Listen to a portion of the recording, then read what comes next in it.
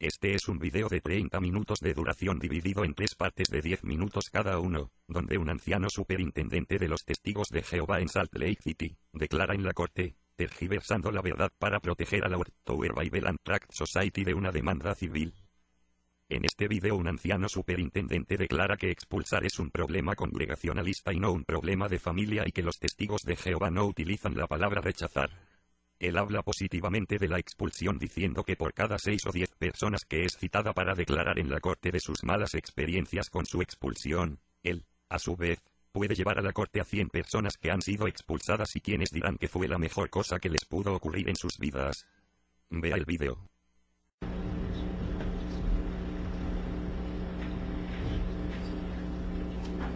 All right, Mr. Jensen, do you wish to call? Mr. Jim Johnson? Jim Dudley.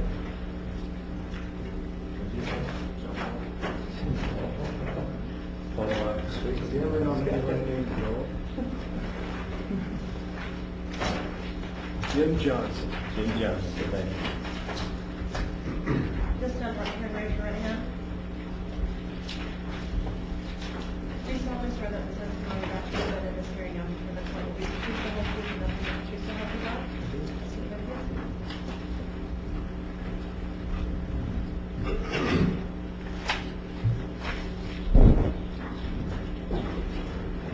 Yes, you Mr. Johnson, how are you? Good. Appreciate you spending the time to do about this afternoon.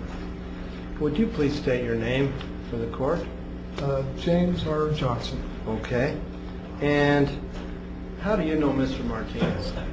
I have been an acquaintance of Mr. Martinez for a number of years. We're in a circuit of congregations that meet together 3 times a year. Okay. And I've dealt with him on those occasions. And are you a member of the Jehovah's Witness faith? Yes. Okay. And what sort of expertise, if any, do you have in that faith, in the doctrines of the faith? I have 25 years of being a presiding overseer in the Salt Lake area. Okay. And have you ever been an elder? I am an elder. You're an elder currently, in good standing? For since 1971. Okay. And you're continuously. You're continuously in good standing with the faith? Yes. Okay. What can you tell us about the doctrine of disfellowshipping? Well, in reference to disfellowshipping, the focus there is it's a congregational matter. When one is disfellowshipped, they are disfellowshipped from the standpoint of certain things have been dealt with, conduct that the individual has been involved with or whatever.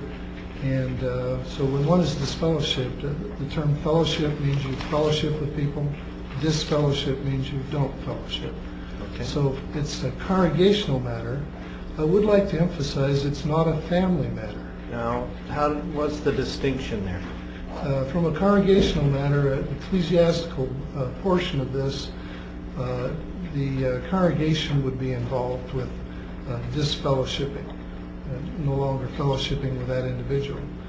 In a family matter situation, unlike other stereotypes of such things as Amish and so forth, where shunning is involved, where the whole family is shunned or whatever, we do not feel, families are families, even after conduct, even after these things, families still remain the focus. So disfellowshipping is from a congregational standpoint, not a family. I really need to emphasize that. So, would it be accurate to say that a member of the same family is not required to disfellowship another member of their family? Yeah, the way we look at that is, let's say, for example, a husband and wife. The wife gets disfellowshipped. Okay. They're still married. They still get up in the morning. They still need to know where the Cheerios are. It's not like they throw them out into the street and say, you're shunned, you're no longer part of the family. Does the husband still talk to the wife? They still talk. They still have marital due. The family arrangement, that's why I say it's not a family matter, it's a congregational matter.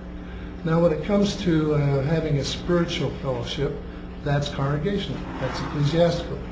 And that's where the Bible makes it very clear in several occasions there that that's the responsibility of congregation members to adhere to that.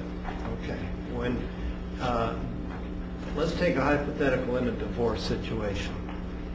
If the mother was disfellowshipped, would the children be required to shun the mother? No. No, they... Would the children be shunned while they're with the mother? There's an important point to keep in mind there. Are the children baptized members of the congregation? If they're not, then they're truly only family, and nothing applies. It's their mother. It's the one that gave them life. Of course they would continue to have relationship with that individual. Do you happen to have any knowledge as to whether or not the children of Mr. Martinez are baptized? I don't. Okay. I'm from Salt Lake, so I don't know You're not in a his lot direct about the congregation. intimate part of the family. Okay. Yeah.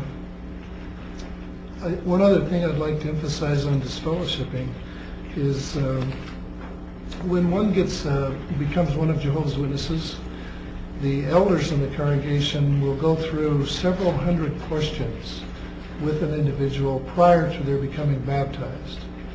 And part of that process is to make sure they understand the disfellowshipping and the disassociation process. Okay. Because that's a key important part of their Christian life. What is the purpose of the disfellowshipping process? And let me finish that comment. In reference to, it's my understanding that Leonard's ex-wife disassociated herself from the congregation. She was never disfellowshipped, if I have that accurate. Okay. Disassociation means that she says voluntarily, on her own, she writes a letter and says, I do not want to be viewed as one of Jehovah's Witnesses any longer. Okay. So there's the two categories. She voluntarily chose to leave rather than being expelled from the congregation. Just like she voluntarily chose to get baptized and become a member of Jehovah's Witnesses to begin with. Okay.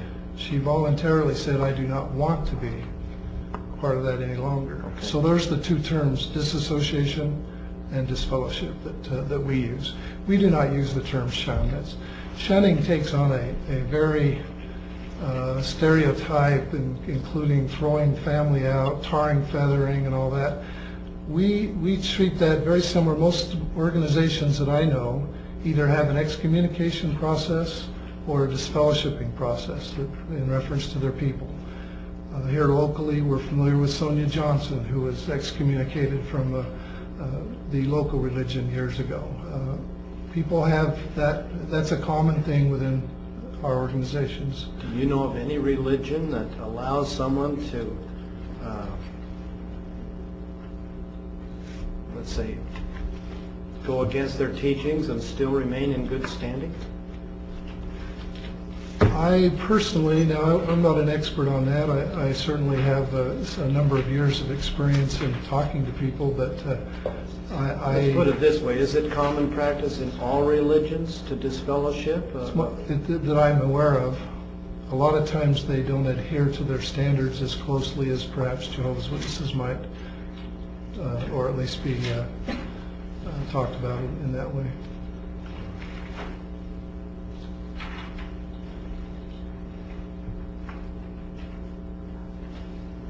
That's all I have. Ross? Thank you, Your Honor. Is there a magazine that the organization publishes called the Awake magazine? There is, yes. What's that? The Awake magazine is a semi-monthly magazine that has various articles in it, more focused around world events. The Watchtower magazine is its companion that is more focused on Bible topics. Okay, so the Awake magazine comes from the New York headquarters, published by them, and That's then is correct. disseminated. That's correct. As you go door to door, you leave copies of this. Yes. Would they have doctrine, for lack of a better term, I don't know what you would call it, but authoritative doctrine concerning the organization? Would they have doctrine? Would the Contained Awake in the magazine Awake magazine? The Awake magazine is published by Jehovah's Witnesses. So it would be doctrine, or it would be something acceptable to Yes. the 6 million members of Yes. Jehovah's Witnesses? Okay.